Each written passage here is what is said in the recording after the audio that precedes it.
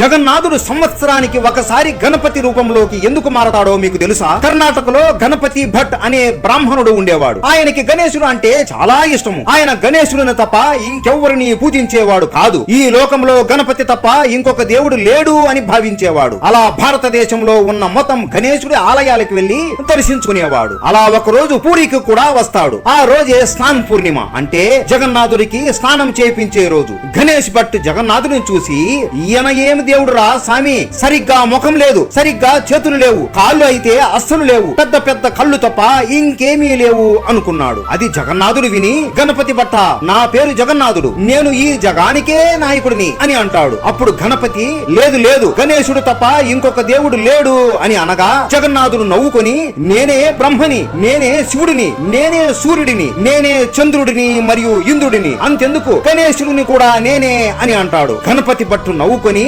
ఏది మీరు గణేశుడు అయితే ఆయన రూపంలోకి ఒకసారి మారి చూపించండి అని అంటాడు. అప్పుడు జగన్నాథుడు గణేశుడు రూపంలోకి మారి గణపతి భట్ కి దర్శనం ఇస్తాడు. జగన్నాథుడు ఆ గణపతి రూపంలో ఎంతో అందంగా ఉంటాడు. ఈ రూప దర్శనం అందరికీ కలిగించండి స్వామి అని గణపతి భట్ అడగగా, సరే తదాస్తు అని అంటాడు. అందుకే ఇప్పటికీ కూడా ప్రతి సంవత్సరం స్నాన పూర్ణిమ రోజు జగన్నాథుడు గణపతి రూపంలోకి మారిపోయి ఆయన భక్తులందరికీ దర్శనం ఇస్తాడు. ఈ రూప దర్శనం చేసుకున్న వారికి ముక్తి కలుగుతుంది అని భావిస్తారు. ఈ రూపాన్ని గజాబేష అని కూడా పిలుస్తారు. అందరూ చెప్పండి, జై జగన్నాథ.